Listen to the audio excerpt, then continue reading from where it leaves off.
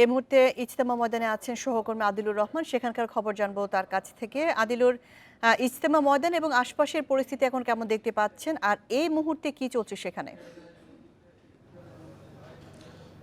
বিশ্ব ইজতেমা ময়দানে এই মুহূর্তে কিন্তু আসরের যে নামাজ, সেই নামাজের প্রস্তুতি চলছে এবং কিছুক্ষণের ভেতরেই আসরের যে আজান সেটি অনুষ্ঠিত হবে। এরপরই আসরের নামাজের পর এখানে দাওয়াতি বয়ান শুরু হবে এবং আমরা যতটুকু জানতে পেরেছি যে কাকরাইল মসজিদের একজন মুরব্বী এবং তিনি বাংলাদেশের যে দেশি মুসল্লি আছেন সেই মুসল্লিদের জিম্মাদার মাওলানা মোহাম্মদ আশরাফ আলী, তিনি তাবলিগ জামাতের যে দাওয়াতি বয়ান, সেই দাওয়াতি বয়ানটি করবেন এবং এই মুহূর্তে খিত্তায় খিত্তায় মুসল্লিরা আসরের নামাজের প্রস্তুতি নিচ্ছেন এবং জিকির চলছে এবং দলে দলে যেহেতু ভাগ হয়ে আছে প্রতিটি খিত্তায় দলীয় প্রধান, তিনি এই মুহূর্তে যে মুসল্লিরা আছেন তাদেরকে বয়ান করছেন এবং ঈমান, আমল, আখিরাত বিষয়ে আর কি কি তারা বয়ান নামাজের পর করছেন আজকে আর এবং কি কি সকাল থেকে আনুষ্ঠানিকতা থাকছে?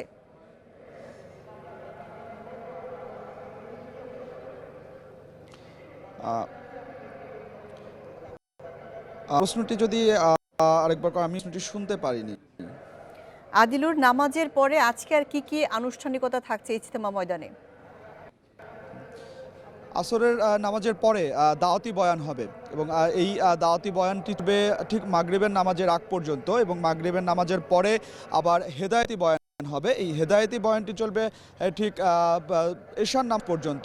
এরপরে কিন্তু আজকে বিরতি হবে এবং বিরতির পরে আগামীকাল অর্থাৎ ফজরের নামাজের পর সকাল ৯টা পর্যন্ত বয়ান হবে। বয়ানের পর সকাল 10টায় আখিরি মোনাজাতের মধ্য দিয়ে দ্বিতীয় পর্ব যে বিশ্ব ইজতেমা, সেই বিশ্ব ইজতেমাটি শেষ হওয়ার কথা রয়েছে।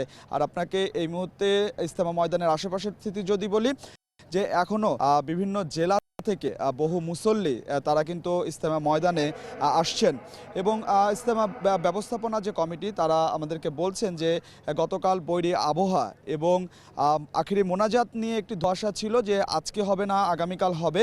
এ কারণে কিন্তু গতকাল অনেক মুসল্লি আসেননি, যে কারণে এখনো এই ইজতেমা প্রসঙ্গে আমি ময়দানে আরেকটু অনেক খিত্তা জানতে চাই কিন্তু যে ফাঁকা রয়েছে। আদিলুর, গতকাল পর্যন্ত কিন্তু আয়োজন নিয়ে মুসল্লিদের বেশ অভিযোগ ছিল, আজকে তারা কি বলছেন?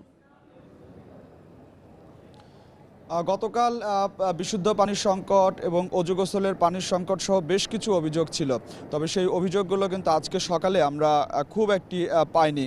অর্থাৎ ব্যবস্থাপনা যে কমিটি আছে তারা কিন্তু এই কাজগুলো গতকালের মধ্যেই অনেকটা সেরে ফেলেছে এবং গতকাল যে অভিযোগটি ছিল সেটি মূলত মাওলানা জোবায়েরের পন্থীরা যারা প্রথম পর্ব শেষ করে গেছেন, তারপরে বিদ্যুতের লাইন, পানির লাইন সহ বেশ কিছু সমস্যা ত্রুটি তারা তৈরি করে গেছেন বলে গতকাল এই অভিযোগগুলো উঠেছিল। তবে আজকে অব্যবস্থাপনা নিয়ে কিন্তু তেমন কোনো অভিযোগ আসেনি। আপনাকে নতুন কিছু তথ্য আমি একটু জানিয়ে রাখতে চাই, সেটি হচ্ছে আজকে ইজতেমা ময়দান পরিদর্শনে এসে ধর্মপ্রতিনিধি তিনি জানিয়েছেন যে এবার দুটি তাদের মতো করে আলাদা আলাদা করে ইজতেমার যে দুটি পর্ব পরিচালনা করেছেন, তিনি আশা করছেন যে আগামী বছর একসাথে সবাইকে ঐক্যবদ্ধ করে ইজতেমা পরিচালনা তিনি করতে পারবেন। এছাড়া তিনি বলেন যে গত কয়েক বছরের মধ্যে এবার ইজতেমা যেটি সেটি সুষ্ঠু হয়েছে। তবে প্রতিমন্ত্রীর যে সংবাদ সম্মেলন পরেই কিন্তু এখানে ইজতেমা মাঠে সংবাদ সম্মেলন করেছে সাতপন্থী একজন মুখপাত্র মাওলানা আশরাফ আলী।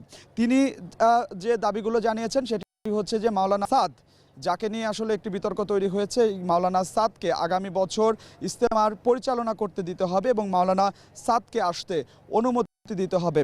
আর মাওলানা সাদ তিনি যদি না পারেন এবং আদর্শগত যে মিল, সেই মিলটি যদি না থাকে তাহলে তারা আলাদাভাবে ইজতেমা পরিচালনা করবেন।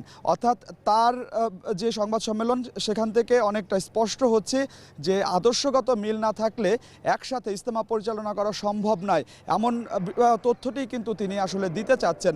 এবং আপনাকে কালকে আখিরি মোনাজাতের একটি বিষয় আমি একটু জানিয়ে রাখতে চাই যে আগামীকাল আখিরি মোনাজাত যেটি সেটি পরিচালনা করবেন দিল্লি মারকাজের একজন সদস্য মাওলানা মোহাম্মদ শামীম এবং তিনি যেহেতু হিন্দিতে বা আরবিতে তার মোনাজাতটি পরিচালনা করবেন, এ কারণে বাংলায় সেই মোনাজাতটি অনুবাদ করে দেওয়া হবে এবং সেটি করবেন কাকরাইল মসজিদের একজন মুরব্বী। সব মিলিয়ে এখন পর্যন্ত কালকে আখিরি মোনাজাতের যে প্রস্তুতি সেটি কিন্তু সব ধরনের প্রস্তুতি নেওয়া হয়েছে।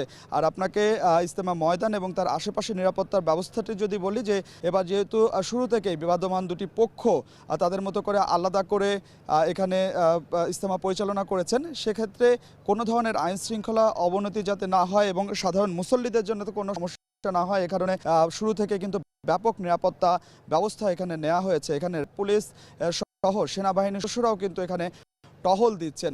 এছাড়া আপনাকে আরেকটি বিষয় আমি একটু জানিয়ে রাখতে চাই, যে প্রতি বছর আমরা দেখি যে বিদেশি অনেক মুসল্লি কিন্তু আসেন, 10 থেকে 15,000 মুসল্লি আসেন, কিন্তু এবার এই দুটি পক্ষের সমস্যার কারণে প্রথম পর্বে মাত্র 650 বিদেশি মুসল্লি এসেছেন এবং দ্বিতীয় পর্বে আমরা সর্বশেষ জেলা প্রশাসকের কাছ থেকে যে তথ্য পেয়েছি 19টি দেশের 220 জনের মতো মুসল্লি তারা কিন্তু এসেছেন।